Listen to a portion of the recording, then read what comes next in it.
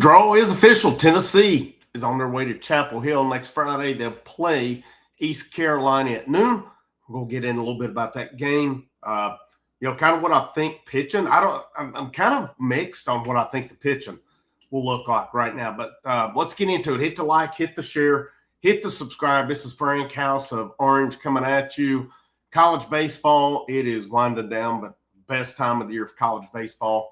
NCAA tournament is going. Tennessee, of course, some of the projections had them either going to the Chapel Hill Regional or the Hattiesburg Regional with Southern Miss. Tennessee got the Chapel Hill Regional, obviously the harder regional as well. And what's Tennessee's chances coming out? I've said it before. I've said it all year.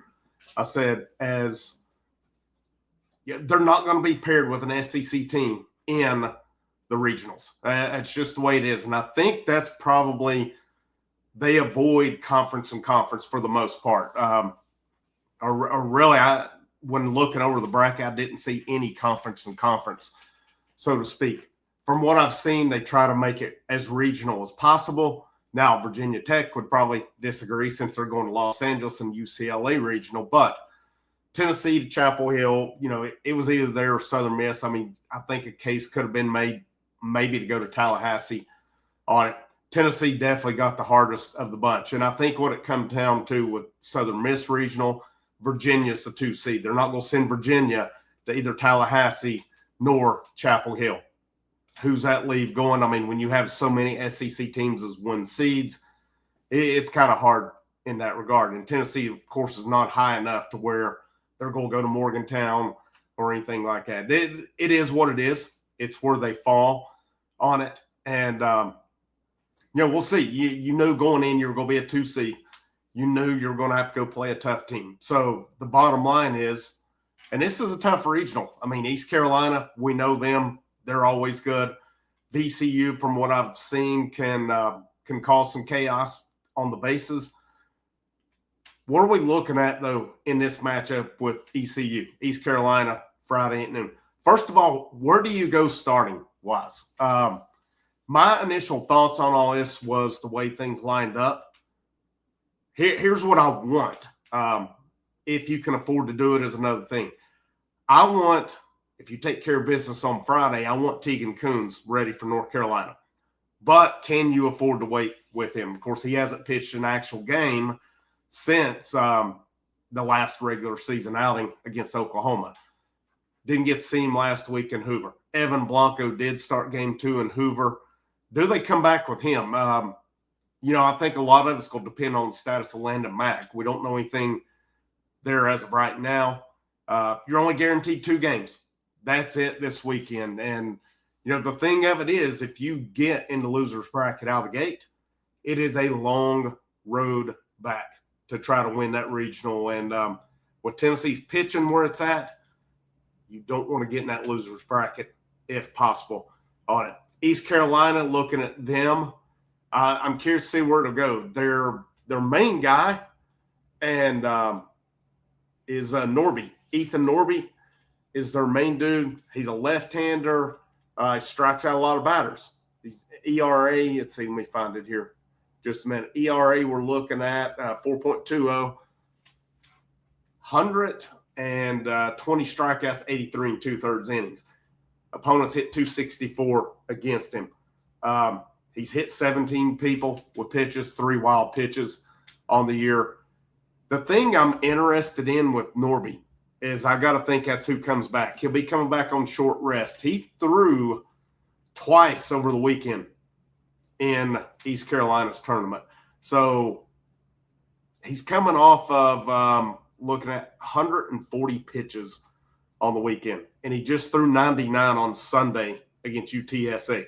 So, looking at this as well, how effective is a guy coming off of it? Now, he threw 99 on Sunday, 41 on Thursday, I believe it was. So, he's going to be loose, but is that too many pitches? How effective will he be? It's a guy that, again, can strike out people, but against the better teams, some of these teams have hit him a little bit. I think Tennessee can get to him. The main thing Tennessee's going to have to put the bat on the ball, obviously. Tennessee can strike out. And so that'll be the thing to watch in this one. Now, as far as their lineup goes, they don't hit a lot of home runs, but they do hit very well, and they don't strike out a lot either. I think I saw that they were second in the American Conference with 331 strikeouts.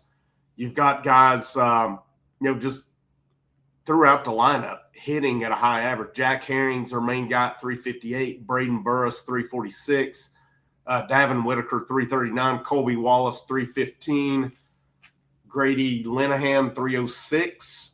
That's a few of them as well. And then you've got some other guys down the line. Matt Lashley 288.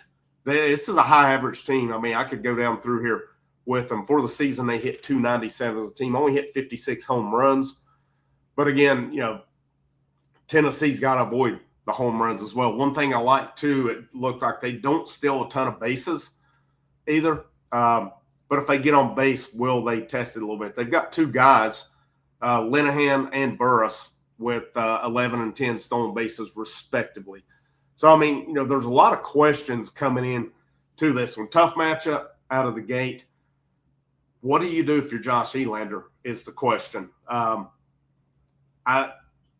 think I would initially like to go Evan Blanco on this one just because I want Tegan Kuntz going against North Carolina on Saturday. But again, you can't take that game for granted. East Carolina's beaten a lot of teams over the years in the tournament. And this is a good baseball team that Tennessee's going to be playing. And so where do you go? I mean, could you even go Cameron Appenzeller possibly? I'm curious to see how they roll with it. And looking ahead, if you get to North Carolina, I mean, it's one of the best pitching and fielding teams in the whole country. They can hit the baseball. I mean, I think I saw they had, looking courtesy Mike Wilson, VolQuest.com, says they had, 4 guys on the first team all ACC. I would think North Carolina probably goes, I don't know, man. I don't think they've got DeCaro, who's tied for the ACC lead in wins. Do they 2.30 ERA? Do they save him for potentially Tennessee, or do they go all in against VCU? I mean, it's a tricky thing because you really can't afford, again, to get in that hole, especially when you're Tennessee with it, especially with the status of Landon Mack unknown, the bullpen being as shaky as it's been on it. I don't know, man. I still think a part of me says go with Evan Blanco on Friday. I really do. I think go with him, see what you can get, have Arvidsson ready, have Appenzeller ready, whatever you need to on it, Bo Rudy. And then if you can get it to Kuntz on Saturday, that dude's going to come out fired up against it. And we've seen Kuhn's best games have been against the best teams. I would venture to say that he'll be more than ready to go against North Carolina if that is indeed the case on Saturday. But no other questions. It looks like, based on everything I've read, Reese Chapman will be good to go for this weekend. We need Reese Chapman back in the lineup. Now, again, you'll be facing a lefty. But again, Tennessee's faced them before here as well. Again, a good lefty, probably one of the better ones they've faced, guy who can strike out some batters, but gives up some hits. He'll give up some runs too. And the way this offense has been hitting, I feel pretty good about them and what they're going to be able to do this weekend. Again, it's one thing, again, facing SEC teams. Anytime, I mean, UCLA is the one exception. I think they're going to be really hard to beat. They just seem really solid all the way around. Other than that, though, if Tennessee can get through Friday, get that win. Maybe I'm crazy, but I like their chances to win that regional. Not a lot of people's going to give them that opportunity. Not a lot of people are going to pick them to do that. But, this team, the more and more they kept going, especially with the offense, started getting going at the right time with it. Pitching's going to be the key on it. How do they go? Again, if it's me, I'm going Blanco game 1 just because I feel like we come out and hit the baseball, we'll beat ECU. I really do. I think so, and that's nothing against them. They're a good baseball team. We'll have to bring it. Make no mistake about it. Then you're set up with your ace, Coons, going against North Carolina. Hopefully Landon Mack's good to go at that point. And if you get to the first two, and then maybe Landon Mack's ready to go and he can close that thing out next weekend.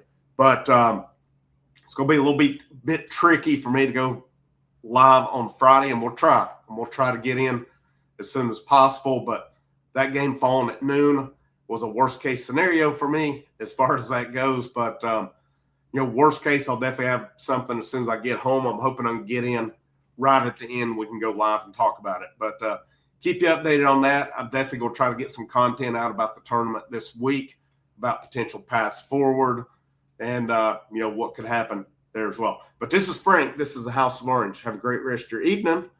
Hope you're enjoying your Memorial Day if you guys are off today. And as always, I'll see you when I see you.